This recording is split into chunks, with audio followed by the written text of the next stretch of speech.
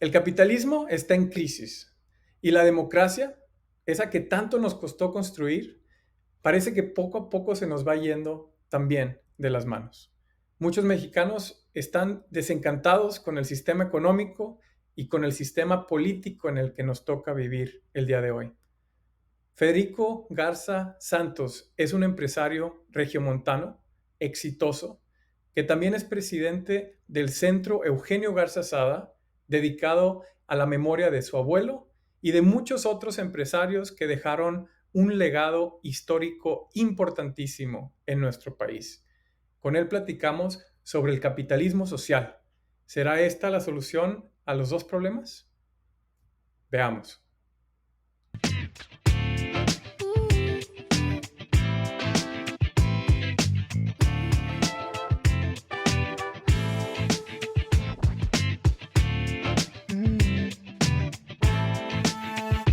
Federico Garza Santos, qué gusto tenerte. Gracias, Arturo. Muchas gracias por la invitación. Quiero empezar un poquito platicando sobre tu historia personal, sobre tu trayectoria como empresario. Eres ingeniero industrial del TEC de Monterrey y presidente de Delta y Fibra, de dos empresas exitosas en desarrollo inmobiliario y en otros temas. ¿Cuáles han sido los principios que has ido adquiriendo o los valores que has ido adquiriendo en tu visión empresarial?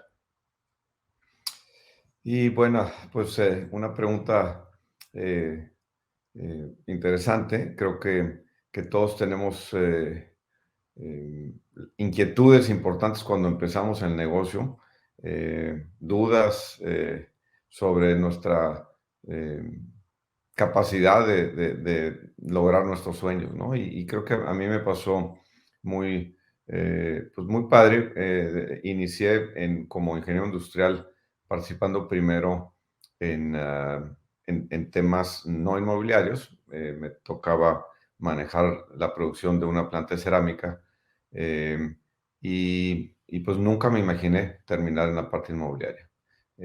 Y fueron circunstancial en donde en una ocasión mi padre me pide que le ayude a ver una propuesta que le están haciendo para una propiedad que él tiene para hacer un hotel. Y pues empiezo a verlo, a ayudarle. Y bueno, pues la historia terminó es que dejé de hacer las demás actividades y terminé metido en la parte inmobiliaria, que incluso no hicimos ese hotel, hicimos un edificio de oficinas.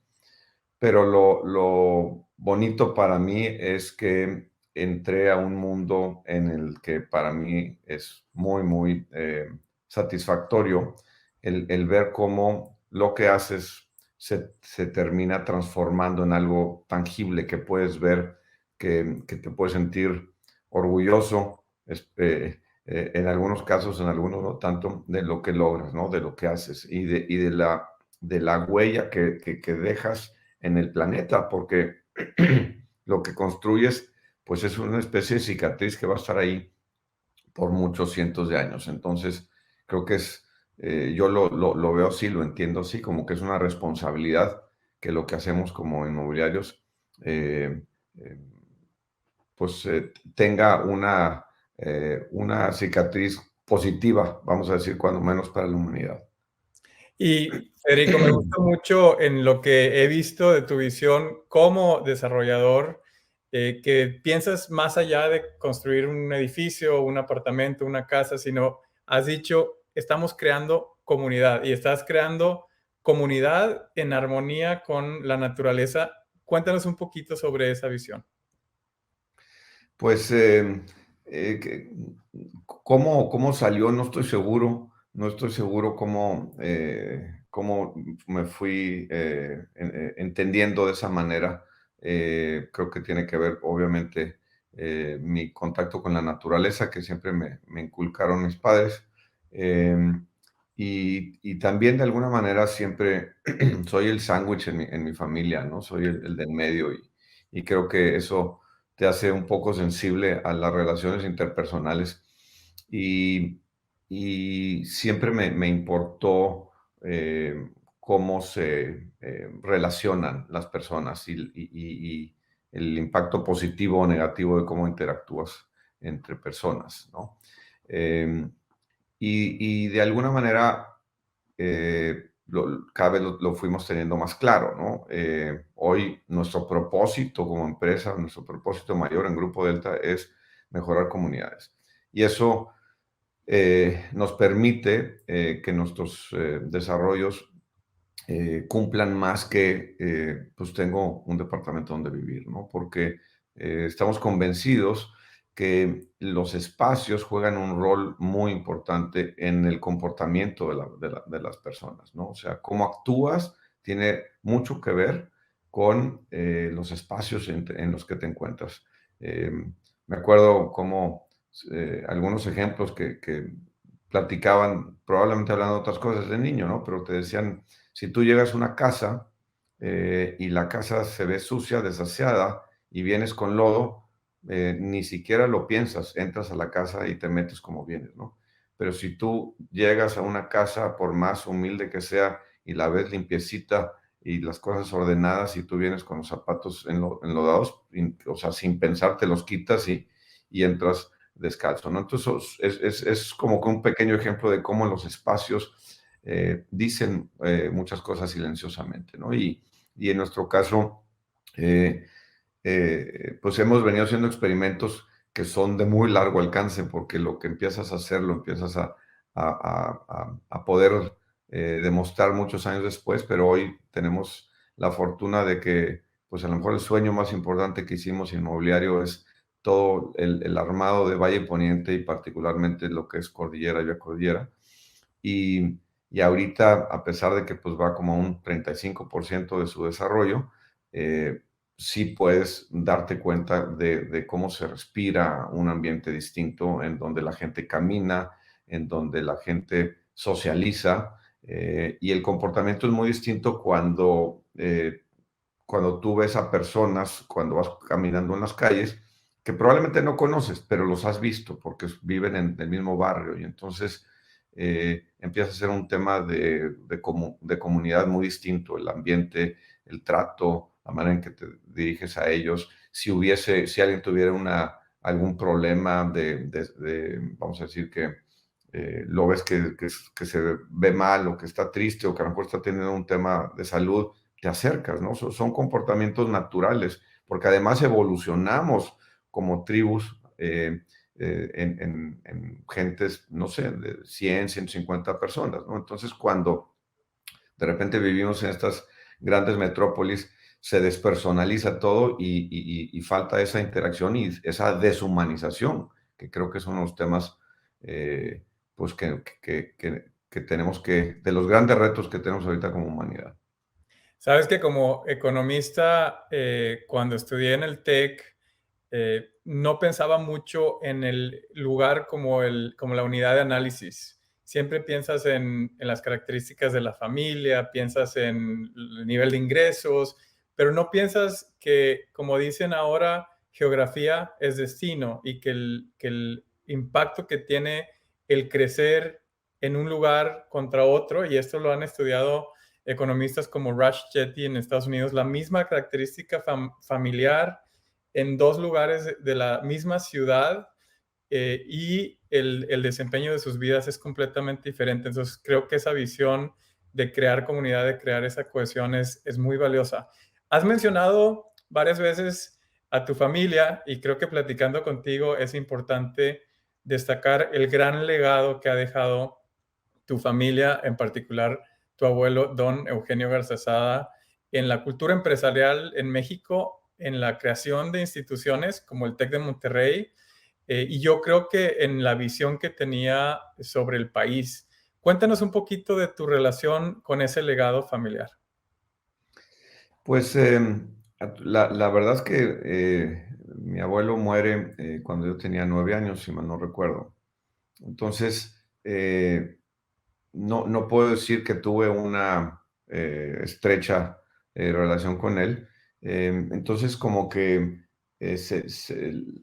vas percibiendo un poquito ese legado en virtud de lo que se habla o se escribe o se dice de don Eugenio. Y pues para mí fue, pues evidentemente fue un shock saber de su muerte por la forma en que fue. Eh, y de alguna manera ahora, después de estudiarlo y de platicarlo con psicólogos, etcétera, entiendo que de alguna manera me sentí obligado a tratar de emular pues a don Eugenio y a don Alberto, mis abuelos, que realmente fueron personas pues de mucho empuje en nuestra comunidad. Y, y pues creo que es difícil también entender por qué o cómo fue que don Eugenio logró lo que logró y particularmente tuvo el liderazgo que tuvo, porque creo que lo más interesante de don Eugenio es que fue un liderazgo muy particular. La mayoría de los liderazgos y más en aquellas épocas eran liderazgos a base de fuerza, ¿no? A base de posición y se ejercía ese liderazgo de esa manera. Y don Eugenio no era una persona pública, no era una persona que le gustara hablar, que le gustara imponer, era una persona de ideas y que de alguna manera, claro, le tocó estar en una posición de poder y le permitió ejercer un liderazgo, pero fue más un liderazgo, fue tan importante su liderazgo hasta lo que hemos investigado, pero más bien porque la gente lo seguía y lo reconocía. Eh, de alguna manera, lo que hemos visto es que tenía esa visión de pensar en el mañana, no estar viendo exclusivamente las necesidades de hoy. Yo creo que ese es para mí, de mis grandes aprendizajes y cultura de vida, no solo en los negocios, sino en lo personal. A veces me dicen que estoy tanto pensando en el mañana que se me olvida vivir el hoy y también es cierto, también hay que aprender a vivir el hoy, pero estoy convencido que las grandes acciones se dan cuando estás pensando en el mañana y eso de alguna manera te permite tomar acciones muy distintas. Eh, las acciones que tú haces cuando estás pensando en largo plazo son muy diferentes. Incluso, pues contigo he platicado mucho sobre capitalismo social, que para mí el capitalismo social es eso, es qué se requiere para estar en donde quieres estar. Y cuando estás pensando en las acciones que se tendrían que hacer, automáticamente caminas hacia allá. Es como dicen de los pilotos o de muchos deportes, ¿no? ¿Para dónde miras y para allá te vas, ¿no? Independientemente de que si tú quieres ir a un lado pero volteas al otro, pues te vas a ir para allá. Es muy común en los deportes, ¿no? Bueno, creo que en la vida y en los negocios es lo mismo, ¿no? O sea, tenemos que tener siempre claro el rumbo hacia dónde vamos y las acciones se empiezan a dar casi en automático. Hay tres temas que quiero poner un poquito en el estacionamiento porque son muy importantes. El primero que mencionas es la visión de largo plazo que tenía tu abuelo, don Eugenio, y toda una generación de empresarios. Ellos pensaban en crear instituciones que vivieran no 10 años, sino 100 años. El TEC va a cumplir 80 años de vida en septiembre de este año y esa es la trascendencia de salirse del cortoplacismo. El segundo tema es de liderazgo. Voy a preguntarte algo sobre algo que has dicho antes sobre liderazgo. Pero el tercer tema es el capitalismo social. Ustedes crean el Centro Eugenio Garzazada un poquito para rescatar el acervo histórico de su vida, la casa, que es muy bonita, ahí en Monterrey, y también esta visión de un empresario que tenía pues criterios un poquito más avanzados a los de su tiempo en cómo veía su relación y su rol con la sociedad. Cuéntanos sobre el centro y sobre el manifiesto de capitalismo social. Pues mira, tú fíjate que la razón de formación original del centro fue pues, el primer motivante fue, aquí está la casa de don Eugenio, está su historia, pues ¿qué hacemos con ella, no? O sea, que hay que hacer algo con ella. Y lo que terminó también de motivarnos es que sentíamos que eh, la participación de los organismos de la sociedad civil en cuanto a tomar los asuntos prioritarios del país, estaba habiendo muy poca, pues, ¿qué te diré? Muy poco liderazgo, pues estamos un poquito frustrados los que platicábamos al respecto, entre ellos obviamente mi padre, David Garza Lagüera, y bueno, decidimos lanzarlo. La verdad es que cuando empiezas una cosa de este tipo, traes ciertas ideas, pero no sabes exactamente dónde vas a terminar, porque el concepto que ahorita tenemos muy claro, que es el núcleo del Centro Eugenio Garza Sada, pues es el capitalismo social. En ese entonces, pues no lo teníamos así de claro. Y creo que ese es un muy buen aprendizaje, ¿no? Tú tienes ciertas inquietudes, que debemos de aprovechar cuando tenemos inquietudes de que sea suficiente para que lancemos un proyecto, ¿no? Y el tiempo te va ubicando, te va permitiendo entender eh, eh, cuáles son las prioridades a las que debes de atender, y hoy el centro tiene tres proyectos principales. La primera fue, como bien dices, se aprovechó la casa donde había vivido don Eugenio desde que se casa con María Consuelo, y encontramos o teníamos la oficina de don Eugenio, que había quedado intacta desde el día de su muerte. Entonces, ahí se rescata una parte muy importante de su archivo, que ha sido fundamental en el desarrollo de lo que hoy es el centro, porque encontramos cosas muy valiosas, muy interesantes de su pensamiento, ¿no?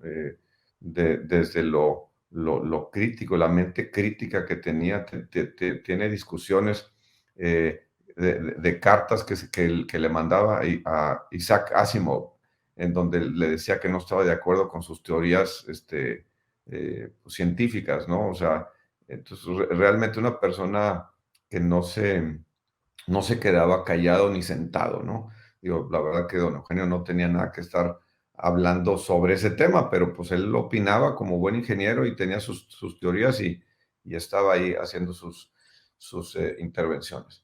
Entonces, bueno, la parte de los archivos es una pieza fundamental que la fuimos ampliando. Hoy tenemos archivos de muchos personajes de la historia mexicana, en donde buscamos que tengan dos cosas: una parte importante en el desarrollo económico del país, pero siempre que hayan también contribuido en la parte social. Y tenemos ahorita ya una serie de archivos muy interesantes, y bueno, la intención es seguirlos creciendo, y la verdad es que sirven de inspiración para el resto de los proyectos que tenemos. El segundo es precisamente la casa de don Eugenio, que le llamamos la Casa de Liderazgo Humanista, porque precisamente al final del día eso es lo que se busca, eso es lo que fomentamos en el programa Núcleo, que es capitalismo social. Lo que buscamos es, primero, reconocer o aceptar que hoy el mejor modelo que tenemos de organización económica es el capitalismo, que para mí era muy importante. Incluso por eso en el nombre llevamos la palabra capitalismo, porque sí está, y lo hemos visto en muchas encuestas, sí tiene algo de connotación negativa, pero precisamente tiene connotación negativa porque no lo hemos sabido precisar, por un lado, y el segundo punto es que entendamos o reconozcamos que trae muchas fallas el modelo de capitalista. O bueno, el modelo no trae las fallas. Nosotros traemos las fallas de cómo lo estamos implementando la humanidad, ¿no? Y ha tenido, como cualquier modelo, sus buenas épocas y sus malas épocas. Entonces, ahorita estamos en una época, creo yo, en donde hemos llegado a ciertos extremos del modelo que lo tenemos que reconocer, y como primer paso para entonces atender esos excesos que está provocando el modelo. Entonces, alrededor de estos tres programas es en lo que estamos trabajando ahorita en el Centro Eugenio Garzada y muy contentos porque es un tema en donde por la historia de cómo nos enseñaron a manejar los negocios, teníamos dudas de qué tan abiertos iban a ser los empresarios en reconocer los excesos y los abusos que está generando el modelo capitalista y para nuestra sorpresa ha sido muy receptivo el empresariado regio, que es en donde hemos estado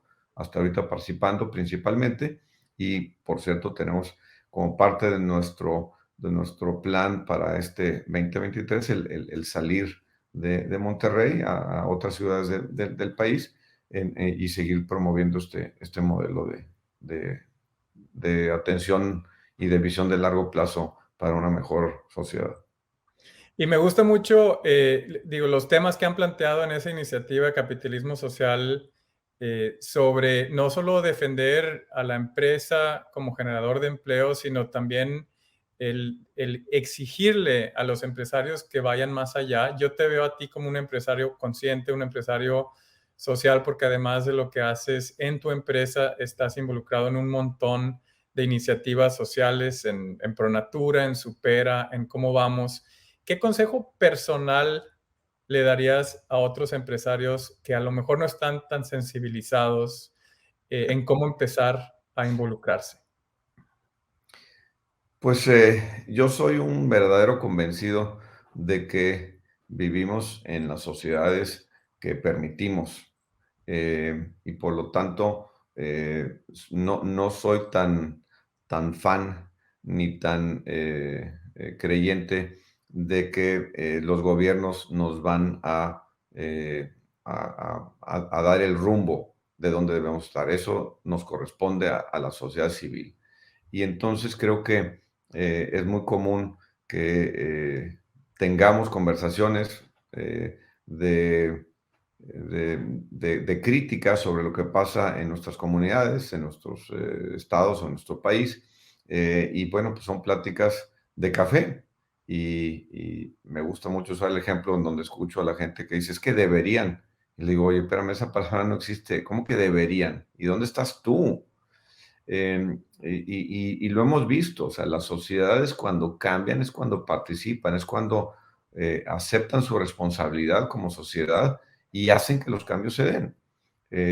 Creo que en México está empezando a despertar, particularmente lo que hemos visto con las marchas en defensa del INE, pues es una gran muestra de que la sociedad está pues empezando a participar. Y creo que como en casi todas las cosas de la vida son ciclos, ¿no? Y lo que tenemos que es fomentar y promover que este ciclo pues, sea un ciclo duradero en donde la sociedad participe. Es la única manera en donde yo veo que vamos a cambiar. Y la verdad, pues creo que, como dicen los dichos cristianos, ¿no? Hay más satisfacción en dar que en recibir. Para mí es fundamental. Yo disfruto participar en todos estos organismos porque me me hace sentir que soy parte de la solución y no parte del problema, ¿no? Federico, tú has hablado mucho de liderazgo y creo que en este tema que mencionas hay una especie como de huevo y gallina. Tú has dicho que uno de los problemas más grandes de México es el liderazgo político, el otro es lo que platicamos ahorita sobre el liderazgo de los empresarios. Pero ayer me enteré, por ejemplo, que en Coahuila, en la clase media, solo 40% de las personas salen a votar. O sea, 60% se quedan en su casa en una elección que tienen en este año. ¿Cuál sería tu solución al tema del liderazgo político? Hemos platicado mucho sobre la idea de la meritocracia, era una palabra, el reconocimiento del mérito que don Eugenio usaba mucho. No hay meritocracia pública en el país. ¿Cómo lo resolverías? Pues es un tema que me ha estado dando la vuelta en la cabeza porque así como hablamos de que el capitalismo es el mejor modelo económico, pero que trae grandes fallas, pues creo que diría lo mismito de la democracia, ¿no? La democracia es también el mejor modelo de asociación que hemos encontrado, pero que trae grandes fallas. Y yo creo que la principal falla es que la tesis de la democracia es que el pueblo, la sociedad, pueda escoger a sus gobernantes. Y la realidad es de que cuando menos en los dos países que conozco cómo operan, principalmente México y Estados Unidos, pues no es cierto. O sea, no nos toca votar a los que, no, a los que la sociedad quiere. Nos toca votar a los que los partidos políticos nos pusieron enfrente. Y yo creo que ahí estriba uno de los grandes problemas, ¿no? Y por qué también tan poca apatía sobre la participación en la política. Pues, voy a votar entre Juan y Pedro y Javier, pues estoy viendo, voy a votar por el menos malo, ¿no? Entonces, cuando la motivación es cuál es el menos malo, pues no, no es la motivación que estamos buscando, salvo decir, oye, yo de veras considero que este es el candidato, pues te vuelcas y participas porque quieres que gane quien crees que va a representar. Y la verdad es de que, como sabemos, a mí no me importa si es a través de izquierda o a través de derecha o a través de cualquier ideología. Creo que todas las ideologías tienen cosas positivas. Y eso es en lo que se centran ahorita, que si los conservadores, que si los liberales, ese no es el problema. El problema es que la clase política está de alguna manera eh, enclaustrada, empoderada de estos partidos políticos y en realidad pues, son ellos los que están jugando el ajedrez. Entonces, no existe una verdadera competencia y como sabemos, como no hay una competencia, pues difícilmente vamos a mejorar, ¿no? Entonces, hay que explorar por ahí cómo lograr que tengamos un esquema bajo el cual podamos votar por la gente que de a de veras queremos. O ahora se ha hablado mucho de cómo la oposición en México se va a organizar para escoger su candidato para el próximo ciclo presidencial. Ahí se habla de hacer algunas eh, selecciones de la sociedad civil con los que se registren, etcétera. Pues creo que son buenas ideas. Habrá que probarlas y habrá que ver que efectivamente se manejen de manera correcta. Pero creo que hay buenas oportunidades. También he escuchado que hay algunos estados en Estados Unidos, creo que en Nevada, Alaska, algunos están haciendo también un esquema similar en donde se hacen primarias para escoger a quienes quieran participar, que no tienen que ser necesariamente de parte del partido, y creo que son experimentos que tenemos que empezar a hacer porque para mí de las cosas más preocupantes es que el mejor modelo económico que yo considero que existe ahorita es el chino. Y eso para mí es sumamente preocupante porque pues es básica, ¿no? Evidentemente no es una democracia, es una especie de dictadura meritocrática muy particular, pero que pues no podemos aspirar a un modelo en donde los únicos que tienen el voz de mando ahí, pues es un grupo de creo que 7 miembros del partido, ¿no? Entonces, eh, eso para mí es muy preocupante, el que el mejor modelo sea un modelo autocrático, ¿no? Entonces, como sociedad y como, pues, eh, eh, personas que estemos en cierta posición de liderazgo, pues tenemos que tomar esto también como una prioridad. Yo creo que el siguiente paso después de trabajar esta parte de mejorar el capitalismo, pues es cómo mejoramos la democracia, porque además van de la mano, ¿no? Sabes que a mí me gusta mucho usar la analogía del el Mundial de Fútbol, porque primero la gente lo puede imaginar. Creo que el único momento cada 4 años donde México más o menos se une para ver a nuestra selección. Se nos olvida que hay muchos otros mundiales más importantes que los de fútbol. Hay un mundial de quién tiene el mejor gobierno. Singapur es el campeón en muchos años. Y en ese mundial pues mandamos a los peores jugadores a la cancha. Yo pienso que si pusiéramos 1% de la infraestructura, del gasto, del interés que le damos a rescatar el talento futbolístico en el país para tratar de rescatar el talento meritocrático que podrían ser nuestros líderes públicos en el futuro, tendríamos un país completamente distinto. Y me rescato lo que dijiste sobre pasar del deberían al debemos. Es responsabilidad de la sociedad civil el arropar a las personas que quieren que sean sus líderes. El problema es que cuando una persona llega al sistema político, como bien dijiste, por un lado tienes un monopolio, ¿no? que maneja la oferta política, y por el otro lado tienes ahora tómbolas y rifas para entrar a servir a tu país. Federico, te felicito por tu liderazgo en el sector empresarial, te felicito por todo lo que han hecho rescatando las ideas de don Eugenio Garzazada, que han tenido un gran impacto en mi vida y en la de muchas otras personas.